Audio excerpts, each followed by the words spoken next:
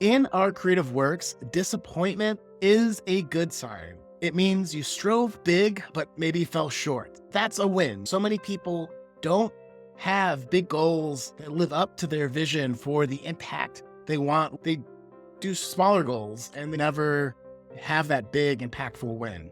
If you have that big goal and you fell short, you still swung for the bleachers. That's great.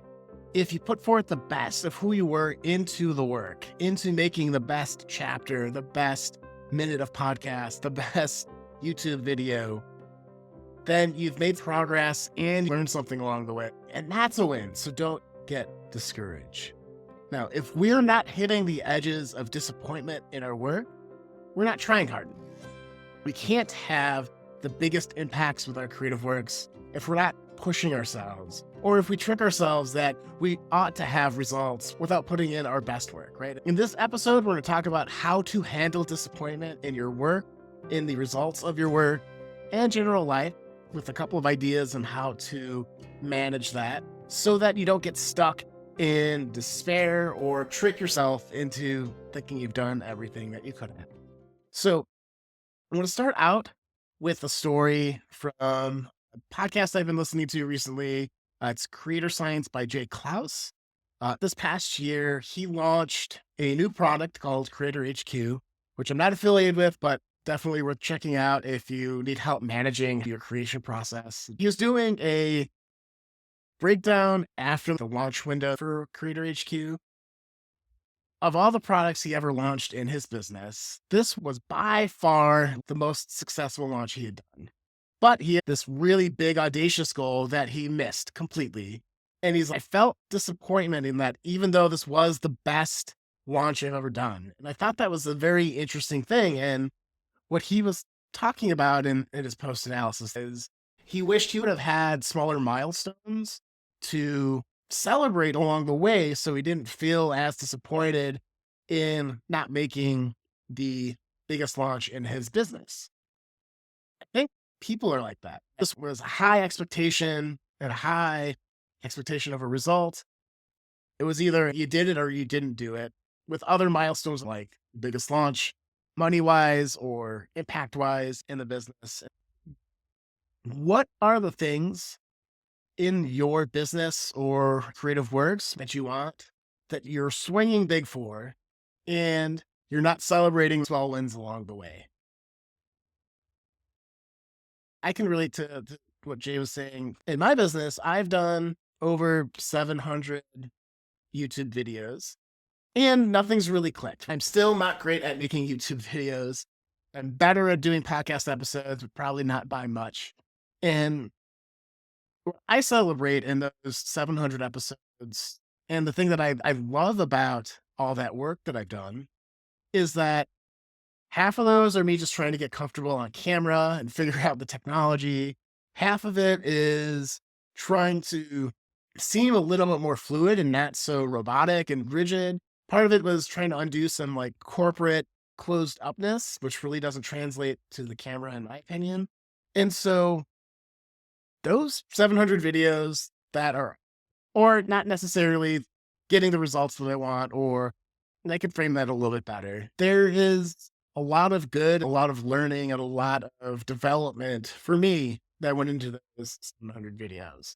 And so you could be the jerk right now and go to my YouTube channel and go back 5 years and start watching videos, and you'll see what I mean.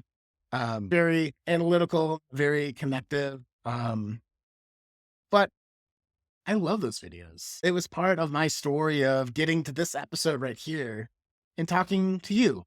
And it's part of my journey of helping people through how I coach, high performance coaching, and how the impact I want to have out in the world. All that to say, I know that in those instances, I was at the edge of my effort, and the edge of my effort isn't a breakthrough YouTube video, but I learned so much about myself and about how to do videos.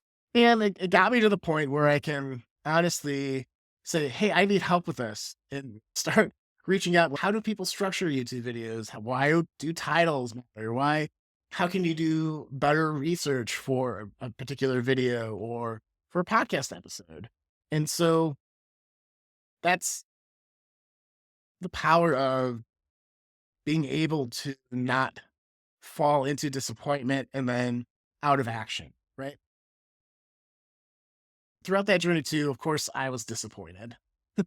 But again, celebrating the, hey, I was able to get on camera 700 times and not perish, right? My skin didn't fall off. I didn't make such a big fool of myself that I'm now ridiculed online forevermore.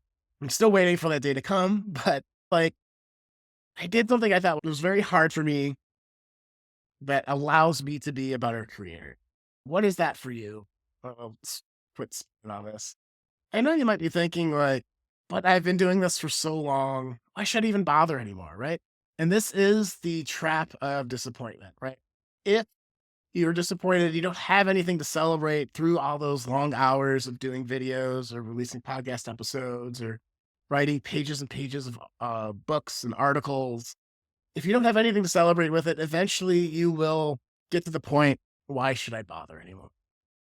And we don't that for you. But maybe if your priorities change, maybe you're like, I don't want to be an author anymore. That it is time to move on. So I'm saying this, it's very tricky to figure out, is this a call for me to change?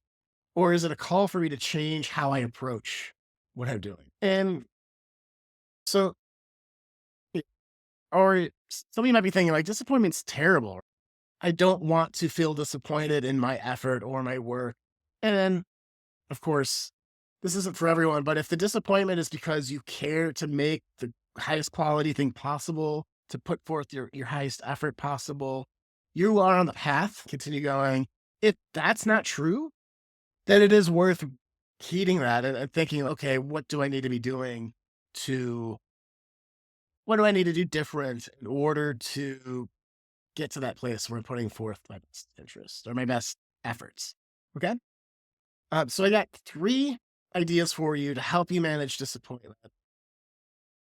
And really, like the first goal, assuming that you are putting forth your full heart and your full being into your work, is to think about goal bracketing, right?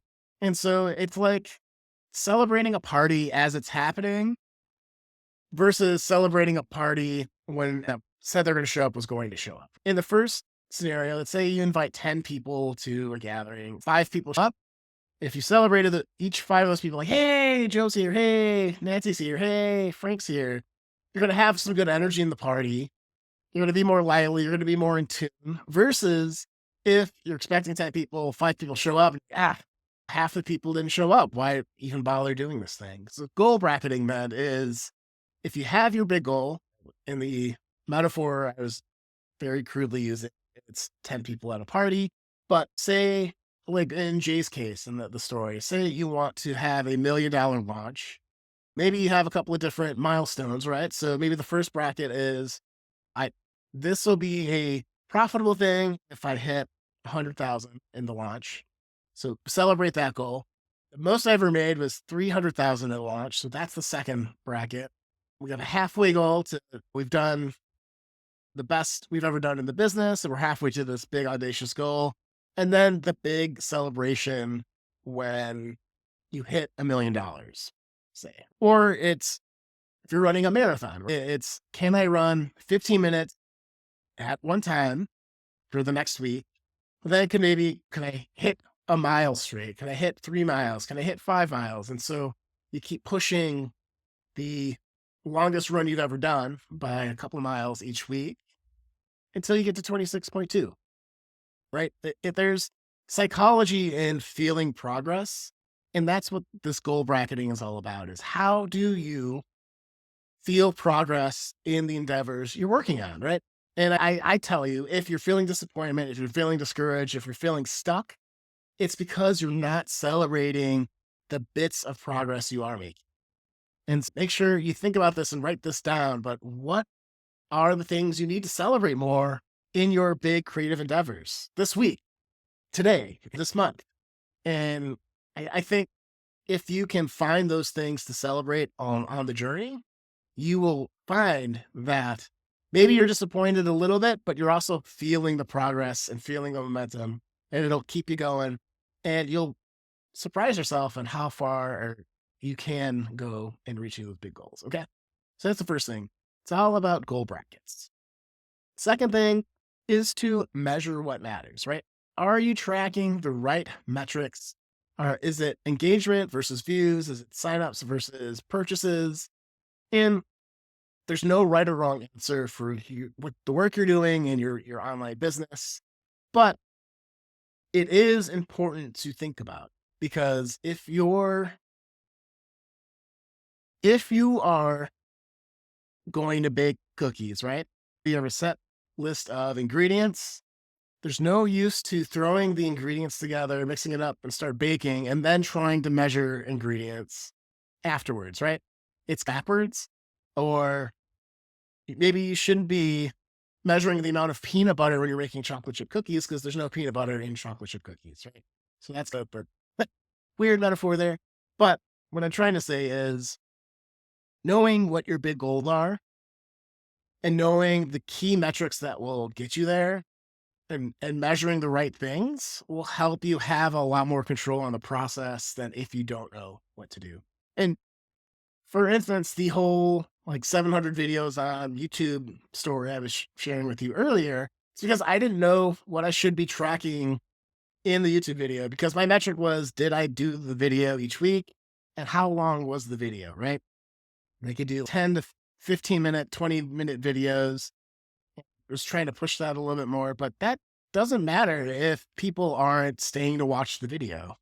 So I found out through talking to people like Evan Carmichael that the first minute of engagement on a YouTube video is what really matters, right? For the algorithm and for getting people to continue to watch the video. So there's been a lot of work on making that first minute really punchy and impactful. So what are the things in your creative endeavor that you're using to measure, right? Is it views? Is it reach? Is it comments? What is it? And is it really matter for your financial goals, for your business goals, for your legacy and impact goals you have for yourself and your family? And if not, what do you need to change or what do you need to learn to make sure that those measures matter? And then the third thing is if you are goal bracketing, so you're setting your expectations and kind of building in mini wins for the big win. Second thing is if you're measuring what matters and you have an idea of how you can pull the levers on your creations, on your creative work in order to make it the most impactful in the way that you need for your business, is to compare things to your past efforts and not other people, right? You can control your effort. You can, to a limited extent, control the environment, the experience your listeners have, your clients have, your viewers have, your readers have, and you have zero control over that for other people. Don't compare apples to spaceships, right? Which is comparing your work to anyone else. Compare it to your last episode, your last chapter, your last page, your last 30 minutes of audio, your last episode, and find out like what you changed, what worked and what didn't work. This is really getting into the science part of having a creative business. So ultimately, in these three different things, bracketing your goals, measuring what matters, comparing to your past effort and not other people's effort, you'll find that it's really hard to stay disappointed because you're getting into curiosity, you're getting into learning, you're getting into progress. And when you can get into those areas, you're getting into problem solving. And ultimately, your things that you create and the things that you're trying to achieve in your business are just pieces of a puzzle that you're trying to figure out. If you have disappointment in your creative works, you can always sign up on our newsletter. That newsletter is meaningfulrevolution.com.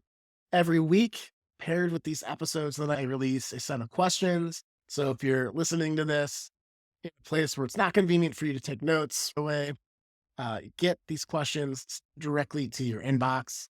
I think you'll love it. So it's a Meaningful Revolution Momentum Weekly newsletter. Again, at meaningfulrevolution.com, linked in the show notes below. And I'm just cheering you on, guys. I know being a creator and in a creative business is tough. It's much tougher than I thought it ever would be. I thought I'd have figured stuff out by now, a lot more than I have, but the fun of it, there's so much to learn, there's so much to grow. With that, we'll see you guys in the next episode. This is Sean Button, signing out.